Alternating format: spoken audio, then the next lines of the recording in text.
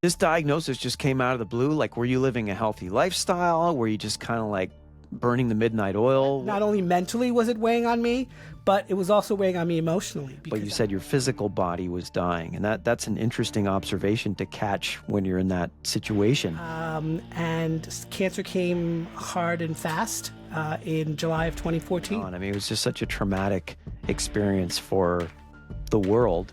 This is a few things, so you need to go seek out mainstream medicine, which I did, and I really had no choice. I was admitted to the hospital the same day that I got my sonogram. Well, welcome. We're back for another episode. Glad you guys will be able to join us. And if you haven't already, make sure you subscribe to us wherever you're listening, wherever you're watching. We really appreciate it. And we've got a really special guest today. He is a TEDx speaker, a stage 3 cancer survivor, and he knows transformation from the inside out, as battling cancer ignited a fire within him. And his journey not only shaped his character, but laid the foundation for his mission, which is empowering cancer survivors and ambitious leaders to amplify their voices and forge a truly healthy, wealthy, and wise lifestyle. Who doesn't want that, right? And through his best-selling book and impactful work as a media journalist, covering inspirational stories of resilience and exploring wellness trends, he's collaborated with notable personalities, both celebrities and TV personalities, bringing his insights to diverse audiences, and he's touched countless lives. And he guides you to love your inner strength, rewrite your narrative, and unleash your potential. He's a board-certified wellness coach and helps individuals discover the profound truth. To know thyself is to heal thyself. Please welcome Savio P. Clemente. Savio, thanks for being here. Mike, I appreciate the opportunity. Thank you so much for having me. Appreciate it, man. So tell us how you started on this journey. Was it stage 3 cancer? How did this all begin for you?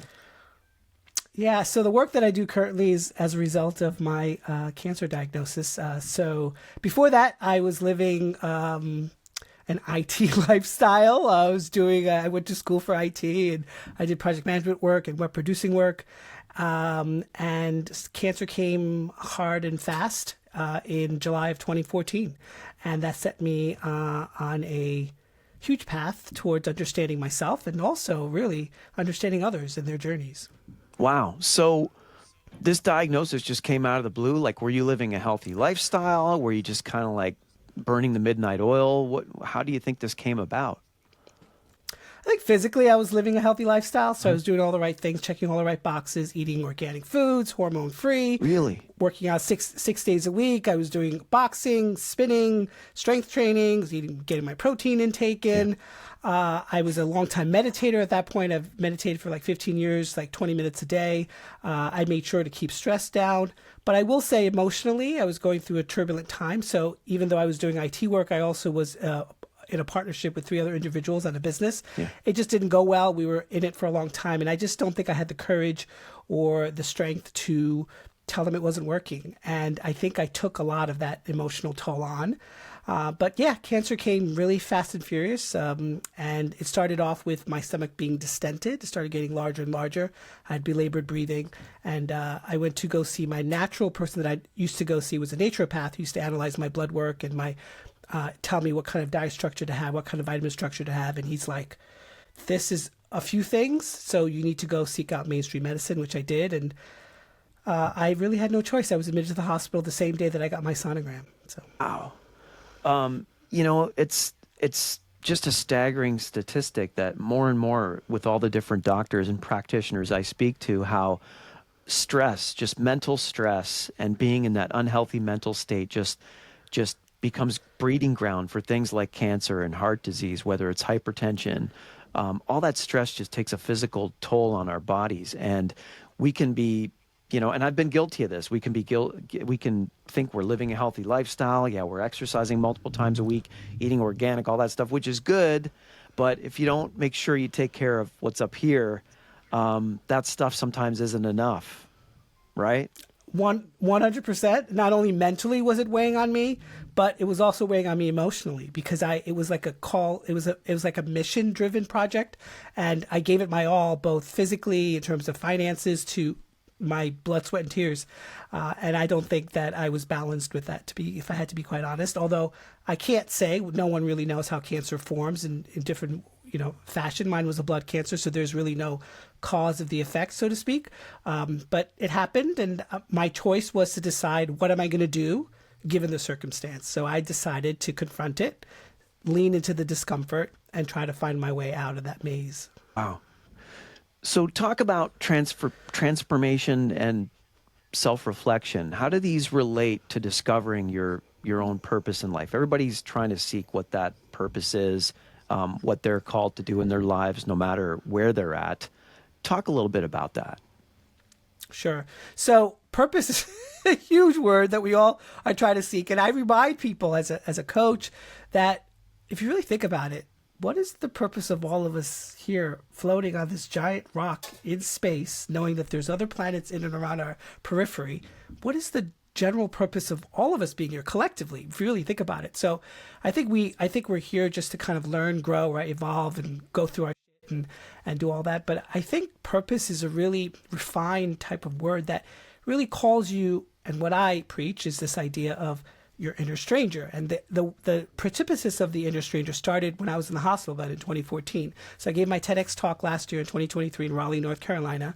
But the idea of the stranger came up because I saw my physical body dying. I was told I was stage 3 non-Hodgkin's lymphoma. Mm-hmm. I was tied to a bed for 1 week, bedridden, because they had to put a nephrostomy tube in me, so I couldn't leave the bed for a week. Wow. And I just kept seeing my physical body dying. Yeah. But then these other parts of me, like my emotional state was still alive. My mental state, obviously, I was using my phone. I was Googling. I was setting a Google alert on my disease. My relational aspect was fine. My family, I was able to sort of, converse with them. And then even my dreams were really clear. And I'm like, how can I pull the dying physical part of me into this aliveness? Yeah. And so I really thought to myself, well, I need to do the best thing that I know how, which is to rely on my spirituality. So I grew up Catholic. I lived in a very devout Catholic family. I was even an altar boy for about 6 years in elementary school. And then in college, I just explored comparative belief systems from Buddhism all the way to spirituality and higher spiritualism. And I was like, how can I make what's happening to me right now a lot more pronounced? How can I find a way through this mess that I, for some reason, found myself in? And so what happened to me was that I immediately got this inspiration from this movie that I watched in the mid-90s called Little Buddha. And it stars Keanu Reeves as Siddhartha. He plays Little Buddha, who gives up all his worldly possessions. And he's meditating with 2 other ascetics in this field. And he overhears, while he's meditating, 2 individuals on a fishing boat. And one of them was an older one and a younger one. They had an instrument.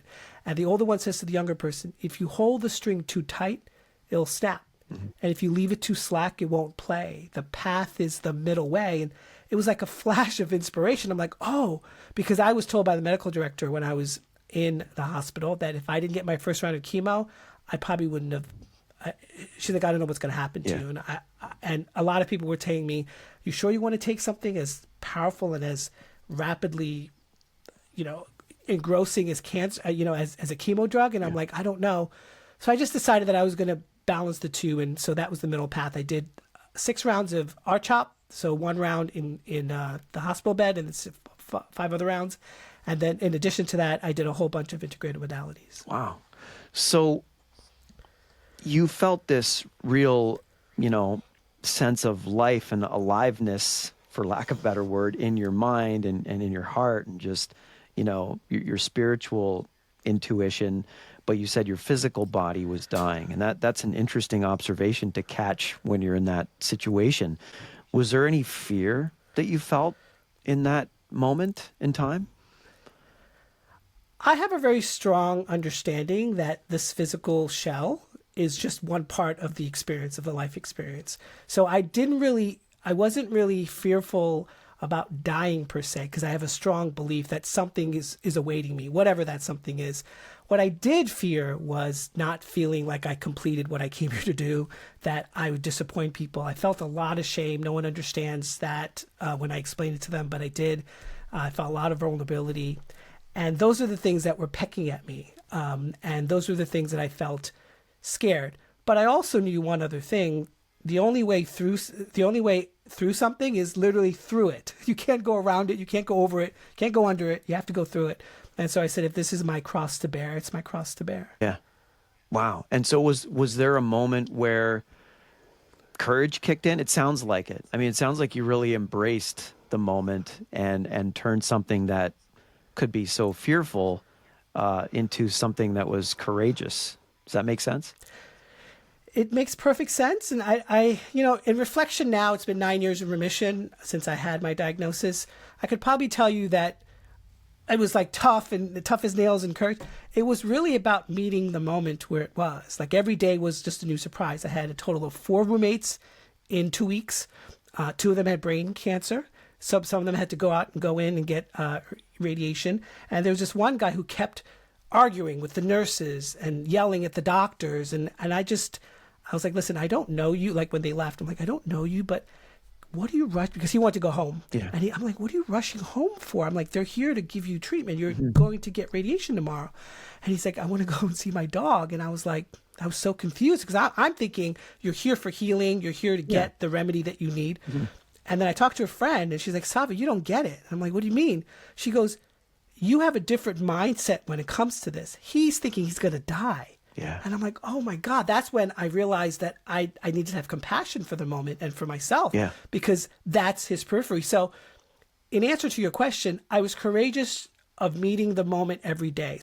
Okay, so you mentioned a bone marrow aspiration. I'm not familiar with that. So what exactly is that? Describe that process. Oh, geez. Okay.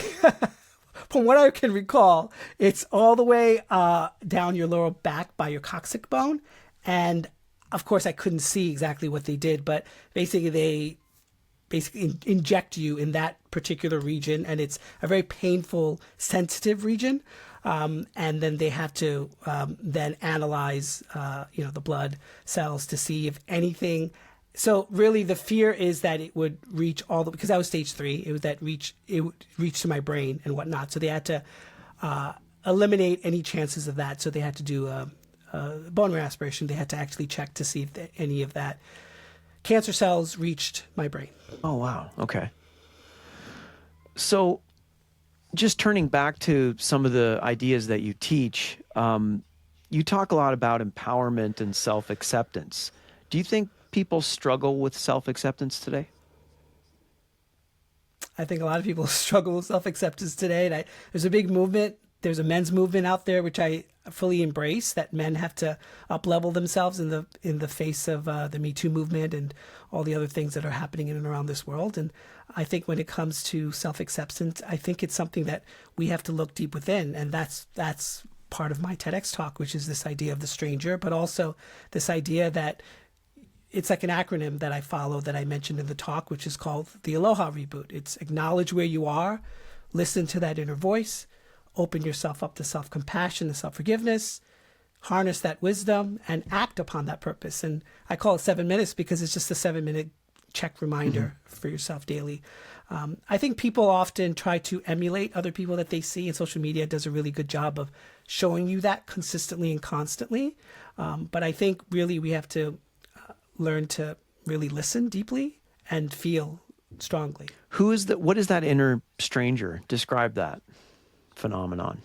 Yeah, so I made it nebulous on purpose because I wanted it to mean different things to different people. For me, the inner stranger was that Savio that was dying, who really needed to learn about vulnerability and who needed to really dig deep within his own shame of how other people would perceive this disease within and around his life. The inner stranger to me is also, it's not the inner critic. It's not someone who's pounding on you it's really about coming to terms with the other parts of yourself that you might keep hidden or might not want to shine a light on.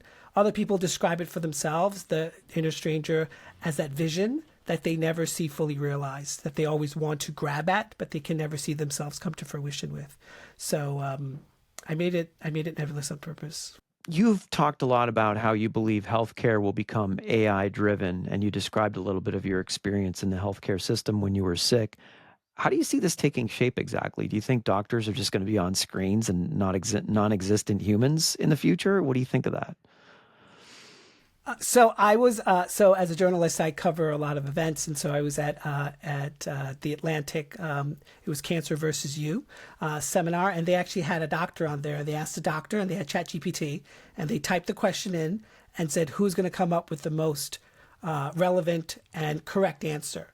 And ChatGPT was great because it was faster, but the doctor was able to give more nuance. So their whole philosophy in using AI-driven tools is not to eliminate the doctor, but to further enhance its knowledge base. So ChatGPT was able to give specific statistics and specific levels of probability, whereas the doctor gave her anecdotal evidence and things that she has seen and heard in her own practice when it comes to that. So I think it's a hand-in-hand type of a deal. I do think it's powerful in the fact that it could compile all the data and can then spit out a large pool of information rather than having to sift through it. But I think just like any other tool, it's about who is wielding that power. AI is getting more and more intuitive just as time goes on. So I could see a time in the future where they take all those anecdotal contributions that a doctor could make and just bring that into its whole protocol and eventually replace that person. And I don't know, maybe that, I don't want to say that's a good thing, but do you think that day could ever come? Just because AI it's developing by leaps and bounds. Well, they say AI right now is at its infancy. So I was at South by Southwest. I was covering South by Southwest in Austin, Texas, about a year and a half ago, and it was all about AI. And they were like, it's literally at its infancy.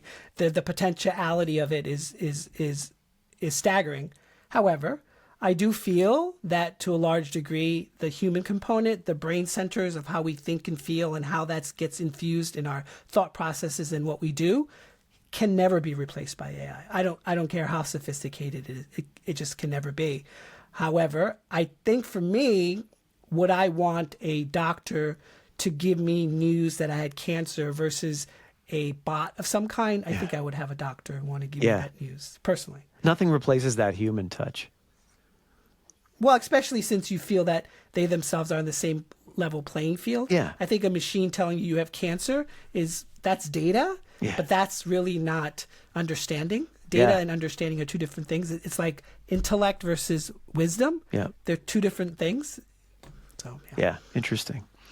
So you touched on this a little bit earlier, and I want to dive in deeper if we can. And it's that whole bridging the gap between mental and physical well-being.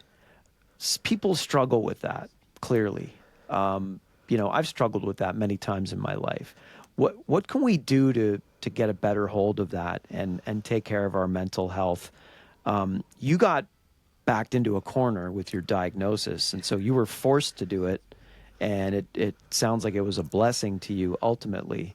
But to that person who's listening right now who needs that more of that mental health addressed in their lives because of the stress, whatever's going on around them, how do they start that process? So I have to preface, I'm a board certified wellness coach. I am not a mental health professional. Just have to say that for legal purposes. For sure. But from the clients that I work with in regards to this, I think it's first starts off with saying, do you want someone to help you with this process? And if the answer is no, then I would say take inventory of what it is that you're feeling, sensing, and or thinking. Take stock of that. Write it down or type it out, whatever you want to do, and then figure out for yourself, based upon each one of those aspects, how can you, for example, lessen the severity of what's ailing you? So you could use breathing. You could do box breathing. You could use any type of breathing technique. You could do fitness, get movement in, walking.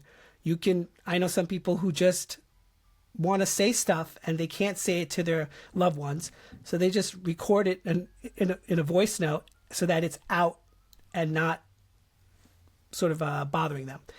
Individuals that I know also do journaling as well. So these are some of the simple mental aspects. If it's something that's clinical or something that's needs to have some type of prescription, then of course seek that counsel as well. I think another thing also is figuring out for yourself that you're not alone in this process. We're all on some level of trying to understand our own mental health and well-being. COVID definitely shined a light upon that issue. Yeah. But I also think just generally, it's also about just figuring out for yourself, you're growing, things change. You're never going to feel or think the way you did in your 20s. Yeah. And now you're in your 40s. It's a revolving. So just have more compassion for yourself in that regard as well. Yeah. Yeah. I think COVID really, really increased, just mental illness in a lot of people just by the nature of everything that went on. I mean, it was just such a traumatic experience for the world. And I don't know if we've healed from that, Well, a lot of data to suggest that we store trauma in our bodies. That's the way trauma works. It's not just what we hear and what we see. It gets filtered and stored in the body, head, heart, and gut, which I call the three brains. And we have to find a way to unravel that and come to terms with that and make that part feel safer and whole in some manner, whether that's through tools or resources or through mental health professionals or through other therapists or coaches. Yeah, and trauma's a big thing too that people deal with for obvious reasons. But talk about some steps people can try to get past traumas in their own lives that are creating blocks from their growth and their development and just their mental health. Well, I would say first start off with this idea of self-regulation. Try to self-monitor yourself in the sense that in coaching, there's a big stance on this idea of vision. Vision is not a goal. Vision is how you want to feel, how do you want to be, how do you want to experience things. So create that mental model or create that emotional model for yourself, which I think is huge. And then just leaning on the tenets of positive psychology, which is manage the situation despite the challenges. So what can you control? What can't you control? What is in the realm of your control? What is not in the realm of your control? I was talking on a panel a couple of weeks ago with stage 4 prostate cancer patients, not survivors. So that's not my audience. And one of them said, it's over. I only have a few months to live. This is what my doctor told me. And I was like, what can I do to actually help him right now? I'm like, if I waved a magic wand and I took away your cancer right now, it's completely gone, what would you do? And he rattled off like 5 or 6 different things. I'm like, well, can you do a little bit? Can you do a little bit of that incremental step towards any of those? He's like, but it doesn't really matter. I'm like, it does matter, because a doctor can tell you something, but they're not the end all be all. People have radical remissions all the time. It happens. So at the end of the day, no one can control your story. No one can take that away from you. Your story is your own. And so I make that point because I think it's important for people to realize that there's always hope. There's always a way around the situation. We just have to really be smart enough and wise enough to look forward to it. Yeah. And trauma is a weird one because it affects different people in different ways. And so something that might not sound traumatic to you and I might have been seriously traumatic to somebody else. And then someone else could live through I'll go to extremes here, like a genocide, and then still find a way to be balanced after seeing just horrific things in their lives. And so it's just like, sounds like it seems like it's a moving target for a lot of people. You know what I mean? I not only I think it's a moving target, I think it's also something that takes a lot of effort. You have to, I'm a big believer that you can't fill a pot unless you release the contents of it. So if you want to have more happiness or better relationships, you have to release some of the things that are weighing you down. You have to get rid of some of that quote unquote baggage. And so when it comes to trauma, it's like piled on top of each other. Some are hidden. Some are not wanting to be touched. Some are not wanting to be seen. Some are like there and they smell rotten because they've been there for 30, 40 years. Yeah. And you have to get rid of it. And I'm not saying it's easy. It's definitely not easy. I went through my own. Yeah. But it's something that I think calls to us for us to examine and look to. Yeah, and if it's not something we address, sometimes we can't grow. It's like you hit a wall. If it's something that's really hindering you have to find the strength to address it. Yeah, and sometimes it doesn't even have to be your individual cross to bear. There's like a social support theory that, suggests that we learn from other people. And because we learn from other people, community is so important. And if community is so important, you can help others help you lighten that load. I mean, AAA is a classic example of that, right? They help people get over that addiction. So I think it's really about us being vulnerable enough and accepting enough for us to want to confront it. And I think that's the big thing that most of us don't want to do with anything, is to confront the situation. Yeah, no kidding. You say there's power in vulnerability, and I found that an interesting statement. Can you expand on that idea?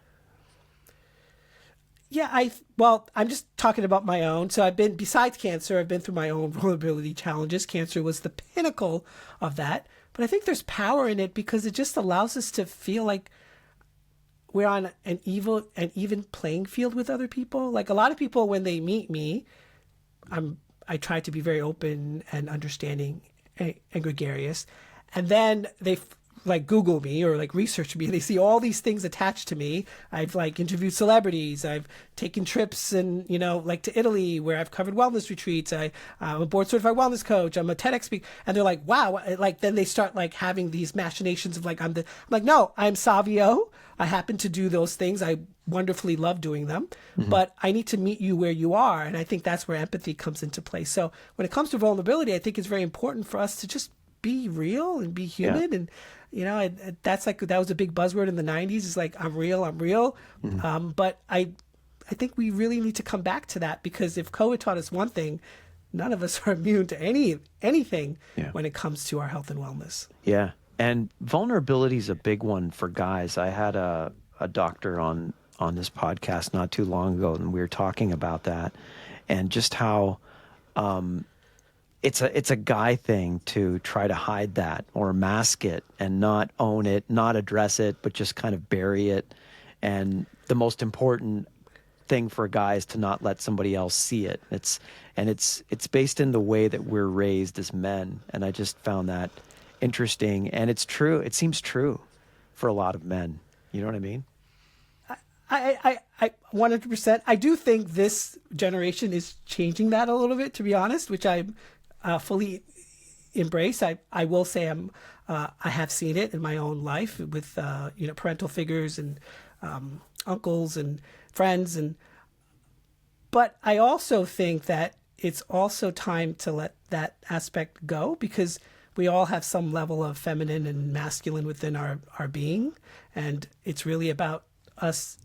It's like a switch where we can modulate the exact sort of aspects of ourselves, right? Instead of trying to say that we're this one thing in particular, we can be all things in that sense. So I think it's important to acknowledge that. Yeah.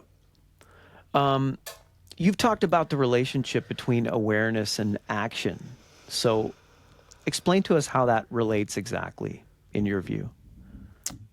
Sure. So awareness is really this idea of, well, if we're talking about self-awareness, it's what's going on within you. But awareness generally is, what do I see? What do I perceive? Right. And action is really taking what I call inspired action as well, is seeing that and saying to yourself, okay, what is it that I want to do next that maybe is troubling me? So I'll give you a classic example. I woke up in 2023 and I said, what is the one thing that scares me? And this idea of public speaking came, and people didn't believe me. They're like, what are you talking about? You're a bit on paddles, you do podcasts, you do all these things. And I'm like, yeah, but there's a different, and speaking on stage in front of a bunch of people you don't know for TED or TEDx, that it's just a different animal. So I was like, let me see this through. Let me lean into this. And so I did. And I took the inspired action based upon my own sort of fears when it comes to that. I think it's also important that people understand that you can make mistakes. It's okay.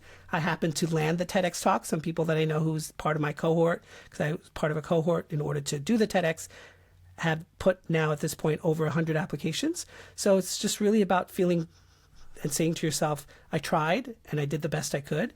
And then I read a survey that said, what is the people fear public speaking over death? And I'm like, I faced the death part. Yeah, so you I did. might as well go with the public speaking part. And so now I've done both. Yeah. So is TEDx like really hard to get into? It is. So I was part of a incubator cohort, and they told us right from the beginning, the industry average is 85 applications to one yes. So just be prepared to submit 85 applications on average. That was my 8th application. I was happy because I found alignment with the organizer, but it's about a 2 to 3% acceptance. That particular, I did it in TEDx Raleigh, got over 300 applications. They only chose 10 of us, and they chose me to go first. So I had to set the bar, and I'm like, okay, I'll meet the moment like I usually do. That's great. So. How did you find that helped you professionally? Oh, it was definitely a credibility builder. Obviously, I had these other things, but it also allowed me to just create a new revenue stream and also to amplify my message for myself. Yeah, it's great to write books. It's great to write articles. I write tons of them. It's great to do podcasts, great to be a guest. But there's another stage and platform in order to get my particular message across, which is to love your inner stranger, and also to know thyself is to heal thyself. So my themes are resilience and wellness and overcoming adversity. Those are the things that are near and dear to me. And after interviewing at this point 200 cancer survivors, I understand what adversity really is to a lot of people. Yeah. Talk about your wellness coaching. Did that come from doing the TED stuff, or were you doing that before?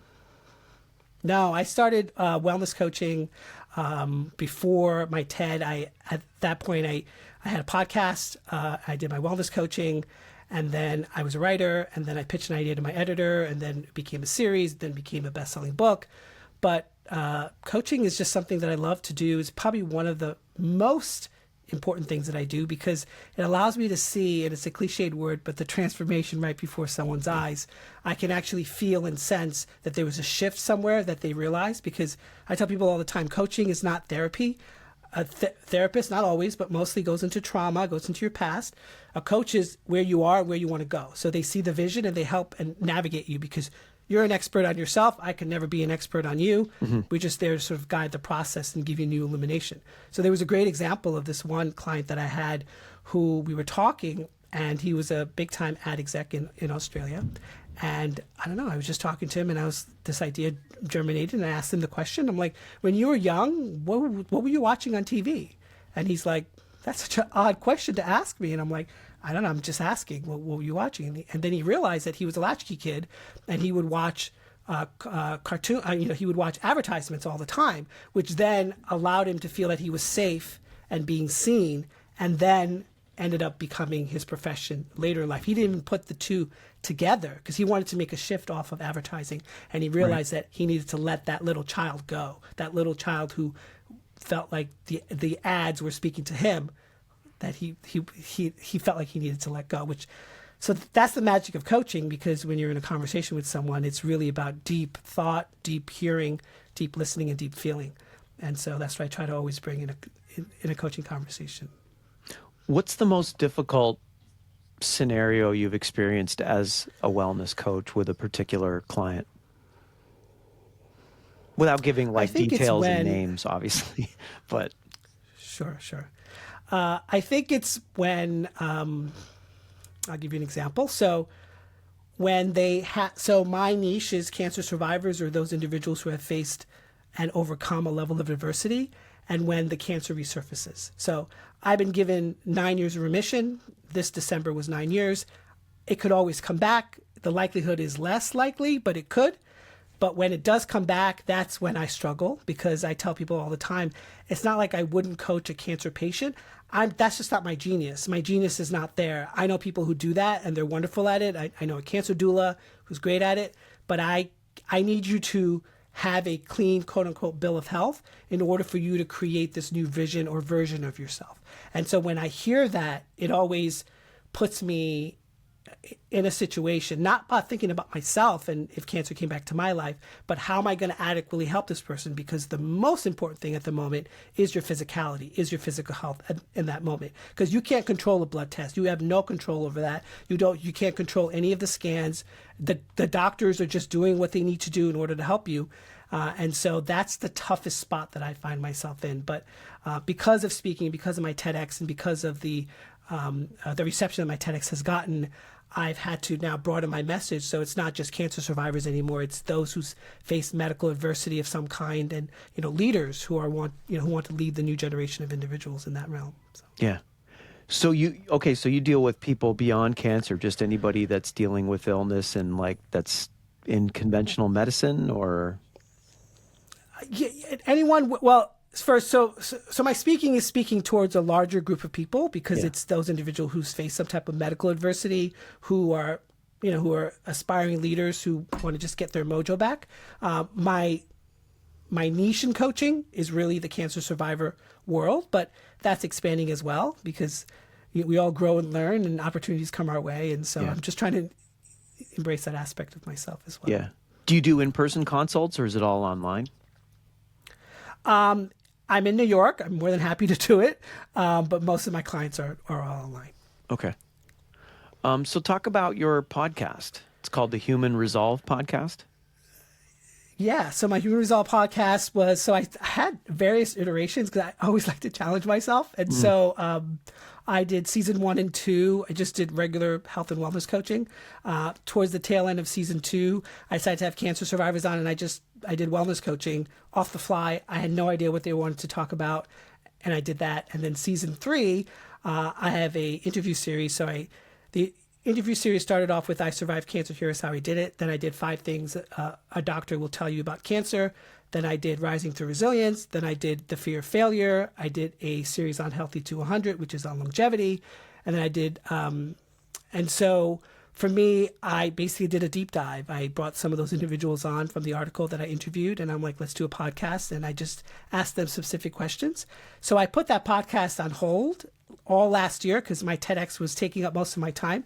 But season 4 is launching in a week, and I'm doing something different. I'm using, just to give you a little clue, I'm using AI to some degree. I don't know how that's going to form the podcast, but I like to challenge myself. So that's okay. Not an AI host, I hope. You know what? Yeah, this is an experiment. It could really fail, but honestly, I feel really good that I'm doing something different, because that's what, because a lot of people when I started my podcast was like, like, what are you doing? Like, do you want to be number one? I'm like, no, I don't want to be number one in any of the podcast world. If I do, great. But it's just another way to get my thought leadership out there. It's another way to create content. So no, I don't want to be a full-time podcast. I don't want to be Joe Rogan. I don't want to do that. Yeah. You wouldn't mind his paycheck, but I wouldn't mind his paycheck, but honestly, as great as you and I are talking right now, I could not do 3 to 4 hours. I couldn't do it. I don't have the bandwidth to do that with someone. For sure. I can get that. That's not for everybody. He's great at it, but I totally feel you on that. Yeah, he's great at it. Yeah. So Savio, how can people find you?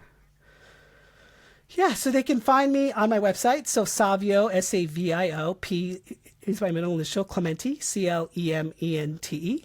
On there, you could find my coaching. You can subscribe to my weekly newsletter, which I talk about anything in the realm of wellness, but also about the head, heart, and gut, which I call the 3 brains, how that affects you, and then my interviews with various events and celebrities. And then on social media, you can find me at The Human Resolve. And then on that website, or you can search, you can find my TEDx talk, which is 7 Minutes to Wellness, How to Love Your Inner Stranger. Cool. All right. Well, I'll make sure we include that in the show notes. And Savio P. Clemente, thanks for being here with us today and sharing your story and all the good you're spreading in the world. We really appreciate it, man.